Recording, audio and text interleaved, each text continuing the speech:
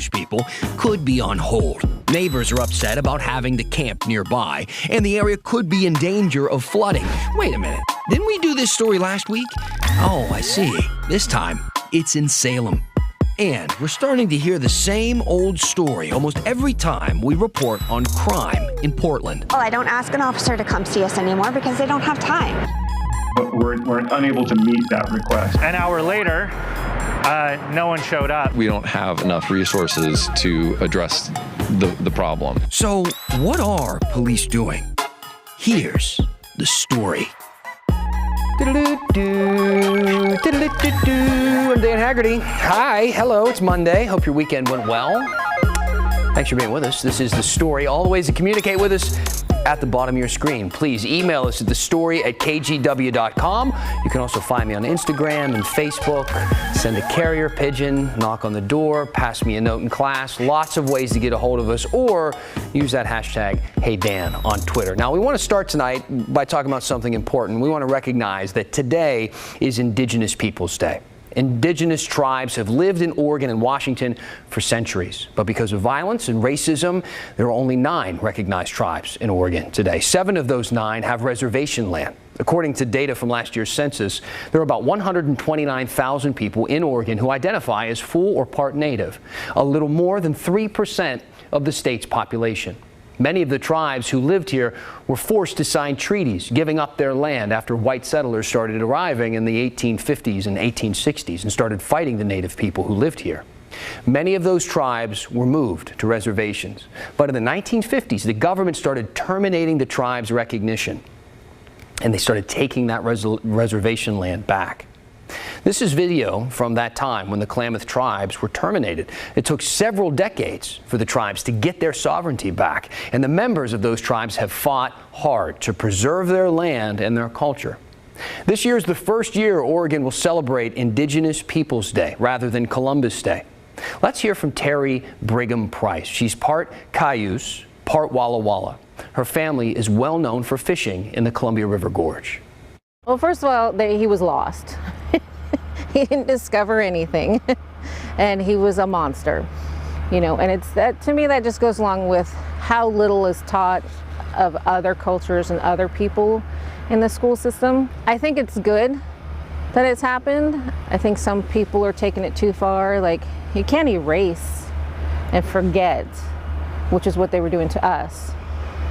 But you have to acknowledge and remember all the good and the bad. Or otherwise you're bound to repeat it. Text of the legislation begins by saying Columbus's voyage, quote, opened the door to heinous crimes against humanity, including but not limited to the introduction of transatlantic slavery and genocidal acts against Indigenous people. If you go to nativeland.ca, you can check out an interactive map and learn more about the Native people who lived in different areas around this part of the country. All right, big story. Let's talk big story tonight. And stop me if you heard this one. Amid a housing crisis, a city announces they're going to open organized homeless villages. They find a lot. They say we're going to put them here. This is where they're going to go. Then, days later, they pull a 180. Why? Well, not only are the neighbors mad, but officials also learn that lot floods. For those of you thinking, yeah, Dan, we know, man, you already did this story. Did that happen in Portland? Yeah, but not so fast, because tonight we're talking about Salem. Here's Maggie Vespa. They thought because we're elderly that we would just take it and roll over and, you know, just stay in our little complex. But it affects everybody. Years into a housing crisis, people tend not to be thrilled with their elected officials. They have no control over what happens outside the camp. In Salem, a familiar blunder is only fueling frustrations. And they're backtracking at this point now to cover their butts. Here's what happened. Late last month, the Salem City Council approved a plan to house the city's homeless. It's one several other cities, including Portland, are considering. They voted to open an organized outdoor village big enough for 60 people, and they voted to do it here on a city-owned lot along Wallace Road Northwest. Part of what followed was predictable: backlash from neighbors. How will the city help keep us safe? This lot sits between two apartment complexes and less than a quarter mile from an elementary school and a retirement community. The same retirement community that held this packed public comment session where attendees aimed no signs at the city leaders on stage. That community is called Salem Town. Larry and Linda Trussell live there. It affects everybody. Then came curveball number 2. Does this flood? It does flood. A lot. Neighbors say this one the city should have known about, but they didn't. Gets probably at least 1.5 feet in foot, if not more. The revelation in Salem? All too familiar for Portlanders. Last week, Housing Commissioner Dan Ryan's office confirmed to KGW the city is scrapping plans to open a similar setup, a safe rest village, on this southeast Portland lot. The reason? Officials learned it also floods. There were even signs warning visitors not to feed the ducks. This week, Salem city officials are following Portland's lead. Councilors told KGW they'll vote Monday on whether to reconsider the plan of putting a homeless village here. Adam Lidren, who worries about his son walking through the village, is blown away. He's 9 years old and he's autistic, to make it anything more severe, and so new things coming at him is going to really mess up his schedule, really mess up his mental stability, and could ruin a routine. How do you feel about the job that's been done? I think you just kind of summed it up, but how would you rate the job that the city has done thus far with trying to get this up and running? I think they had a very poor and lack of communication with the citizens of West Salem, period. Okay. Maggie Vespa joining us now. Really, it seriously feels like deja vu here. I know, it does. And granted, each city, of course, has its own policies and its own procedures. But, you know, the common thread here, and I always ask people to keep this in mind, both Portland and Salem are under official states of emergency surrounding housing. And that, again, is what people should remember, because that's why city officials aren't checking with you before announcing a village in your neighborhood. A legal, official state of emergency lets them speed a process like this up and kind of skip some steps in order to get people housed quickly. And so now in the last week or two, we've seen two cities basically move so fast in that process. They've infuriated neighbors and they've missed what seems like a pretty obvious issue, that the land floods. A lot of people are going to be arguing over these different facts, but one thing you can't argue over is that this is certainly an emergency. Yeah, absolutely. All right, Maggie, thank you. Sure. Now, let's turn to some not so breaking news. Crime is up in Portland, way up, and nothing seems to be slowing it down. Over the weekend, police responded to 13 shootings in just 28 hours. One person died, 3 others got hurt. Their resources were stretched so thin that at one of those crime scenes, police actually needed some people from the community to stand there and block off traffic. If you can believe that, it's outrageous. But again, this is not breaking news. You know this is happening. The only thing broken is probably the record that we play every night on the news when we repeat these stories. Like last week, when business owners near the airport told us that crime and scary situations are at an all-time high and police response is at an all-time low. When we call police, the response is that their hands are tied and that they really can't do anything to help the situation. And then, you know, when we do call, I don't ask an officer to come see us anymore because they don't have time. When I call the non-emergency line because one of our cars got stolen, I was on hold for 4 hours. We've done so many of those interviews. We could do like a half an hour of just one after the next after the next. So many examples. But again, what would be the point of doing that? You already know what's happening. People know. Now they want solutions, and they want them yesterday. And to that, the police union said, how about in 5 years? The Portland Police Union published a 5-year plan on Facebook. And the bottom line is they want to double their police force, more than double it. They want to hire 840 officers in the next 5 years. For scale, right now we have about 530 officers out on the street doing their thing, and they have 59 more in training. The police union wants to more than double that. Now, you may be thinking to yourself, that doesn't exactly sound like defunding. And you'd be right. I checked with my calculator, and according to my math, it's actually more like funding. And in this city, especially after the last year and a half, funding the police is going to get some pushback. Unite Oregon spoke out against this. They describe themselves online as led by people of color, immigrants and refugees, rural communities, and people experiencing poverty. We work across Oregon to build a unified intercultural movement for justice. And they responded to the 5-year plan by saying, quote, "This is clearly a bargaining tactic." We as residents of Portland should ask ourselves, is the solution to the issues that we are facing to throw more money at PPB, or is it to actually fund community-centered solutions like behavioral health and affordable housing? Now, this is not a completely unexpected take for a lot of reasons, but certainly because police are currently in contract negotiations right now. But if you ask Commissioner Jo Ann Hardesty, police don't have a money problem, they have a recruitment problem. Here's some of her conversation with Maggie Vespa. So the balance is because of a lot of reasons, and what we need are a multitude of solutions for how we're going to address this huge rise in gun violence. For those who equate it to a shortage of police and the reduction in the police staff because of those who have left the force, budget cuts, what have you, and they say we need to build up the police bureau staffing numbers. So I'll tell you, when we cut $15 million out of a over $257 million budget, we gave back to the police bureau over 40 FTE that could do patrol. We've had massive retirements. We've had people quit. In my mind, what we have is a hiring problem, not a staffing problem. Just because we just have a minute left, for people who say, well, they say, police officers have said they don't feel support from this council, and you've been an active vocal critic of Portland police. If wanting does that need to change? If wanting accountability says I'm not supporting them, I know that people want simple solutions to complex problems. There's not one reason why Portland Police Bureau is not an attractive employer at this moment. There's not one reason why that is, right? But what we have to do as a community is decide how we want to be policed. And part of that work will come through the truth and reconciliation process. Part of it will come from engaging the community at a deeper level. But if nobody wants to be a Portland police officer, we actually authorized 30 positions during the budget process. But I added a stipulation: the money would only be released if they were able to hire the officers. And they have hired 0 as of this morning from the 30 that were authorized. So, people aren't clamoring to be police officers in Portland. Hard to believe, I know. And again, not breaking news.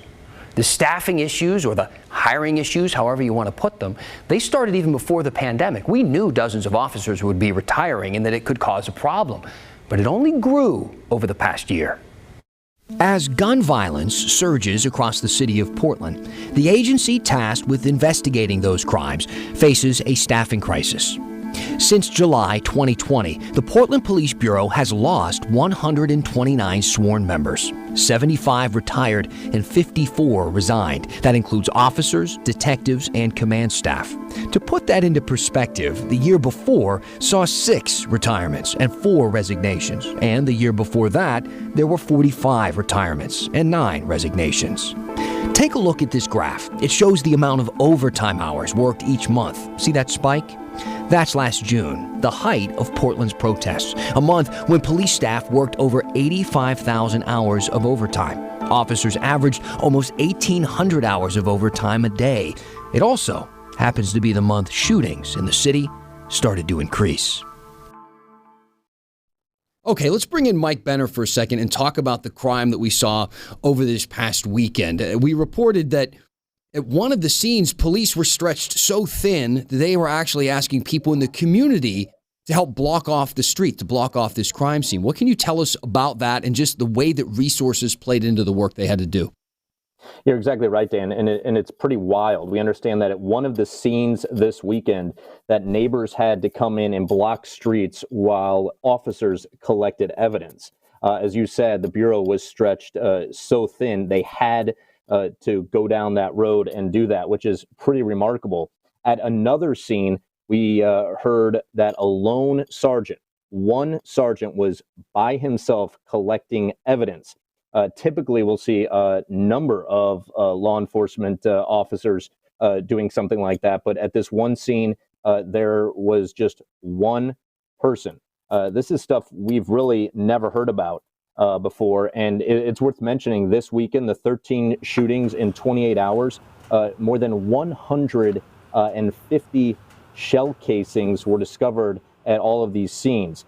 Dan, it's worth pointing out that we're not talking about 151 little pieces of metal. Every shell casing represents a bullet. So imagine 151 bullets flying through the city this weekend. So of the shootings that happened, we know that one person died. So that puts us at 69 total homicides so far this year. The record all time in Portland is 70. So here we are knocking on the door with 2.5 months left to go in the year. In all likelihood, Dan, we are going to hit 70 and surpass 70. It's quite frightening to even think what the final number will be in 2021. But you said it, the 69th person murdered on our streets. Just the other night, it was near McCoy Park in North Portland. That person has yet to be identified. Mike, so many of our viewers know you from your work on the night shift and working some of the evening shows.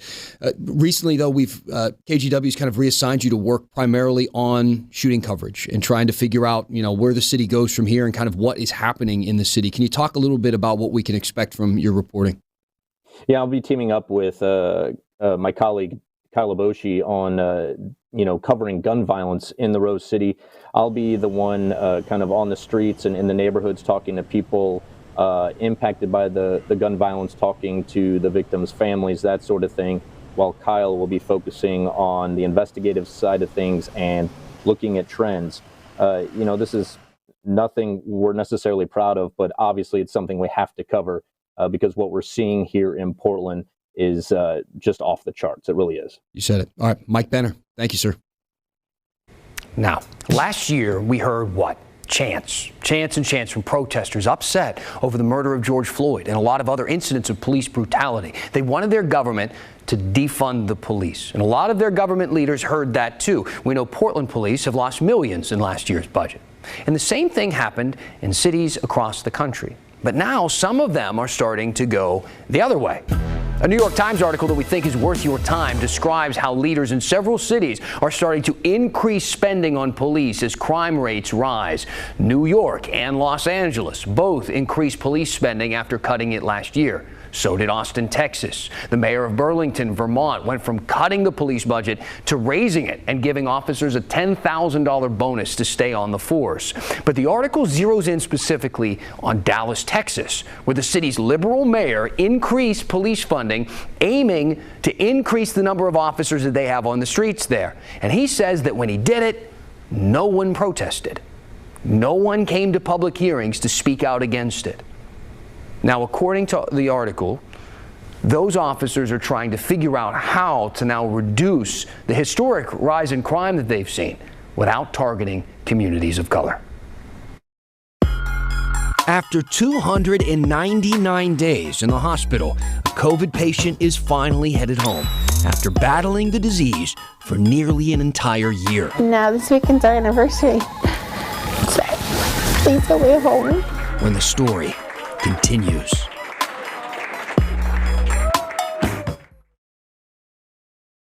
Welcome back. Thanks for sticking with us. I always go through some of your questions and your comments during the break. Please keep sending them to the story at kgw.com or use that hashtag HeyDan on Twitter. I'll respond to a few at the end of the show. Also wanted to remind you about our Hey Help campaign as we do every night. This week we are asking you to please consider donating to Rehab Sisters. They're an organization that helps out women and gender non-conforming people who've dealt with poverty, homelessness, sex work, violence, and substance abuse. They provide people with food and supplies and in-person gatherings to build community. If you want to help them out, I'm sure they'd appreciate it. Just hold the camera on your phone to the QR code on your screen, and it'll give you a link that takes you to a donation page. If you don't have your phone handy and you just want to go do it the old-fashioned way, kgw.com/heyhelp, you can go there as well. And it's a micro donation drive, so feel free to give any amount you can afford, no matter how small.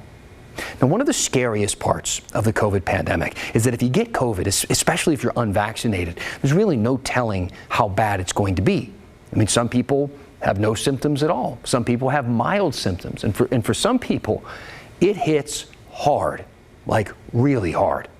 Alejandro Castro got hit hard.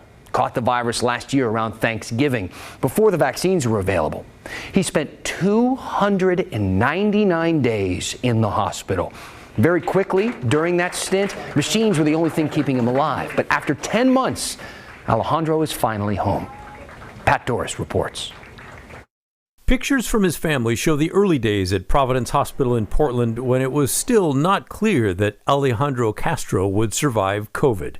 He got sick over the Thanksgiving holiday and could not return to his job as a restaurant cook. And then things got really bad fast. In this Christmas shot with his wife, look to the right side of the picture. See that red tube? It's part of what's keeping him alive. His blood was pumped outside his body, filled with oxygen, then pumped back in. It's a process known as ECMO.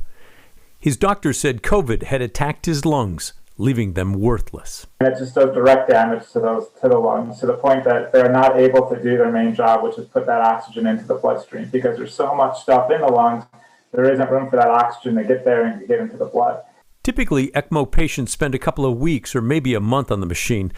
Alex, as he likes to be called, spent 3.5 months on ECMO, 108 days, the longest ever at the Portland Providence Hospital. For the first month, nothing changed, his doctor said, and then slowly his lungs began to heal. Without the machine, his doctor said Alex would be dead. So for a good portion of those 100-some days, if he had not been on that machine, he would not have been here. He also would not have made it without a powerful will to live, fueled by the love of his family and his wife, Amanda. I love it so much. Like you know, love it. After ECMO, Alex spent 6 more months in the hospital as his kidneys and other organs healed along with his lungs. Recently, it became clear he would be healthy enough to go home and be there with Amanda for their 22nd anniversary. Now this weekend's our anniversary.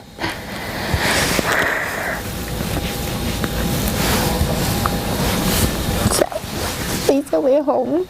When someone is in the hospital more than 10 months, their life is in the hands of so many nurses, therapists, doctors, and others, and they form a bond with them, hoping the patient will survive, doing what they can to help.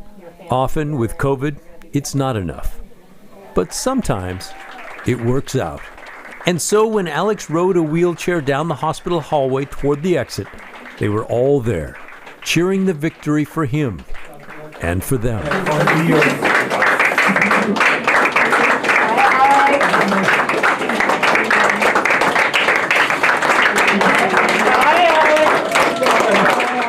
Amazing. What a tough man and amazing doctors and nurses. Fantastic work. All right. Keep sending in your questions and comments. Send them to the story at kgw.com. I'll try and address a few when we finish this thing up. Next.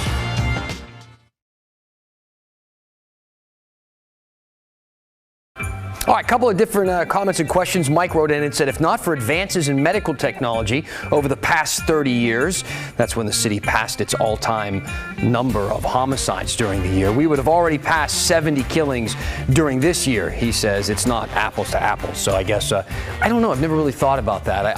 I just think that overall we have to understand what that means in reference to history. Yes, I understand that trauma surgeons are probably a little better today maybe than 30 years ago, but let's not get too in the weeds on this one, Mike. Got a couple of other questions about that last story that we just ran. The first one came from my mom, and she said, Dan, did you ever meet that guy, Alex, yourself, the person who was in the hospital for 299 days? No, I didn't, Mom. I didn't meet him personally. That was Pat Doris, our reporter, who did that story, but I'm sure he's a great guy. Also, Dave writing in and saying that guy that was there for 299 days, how much was his hospital bill?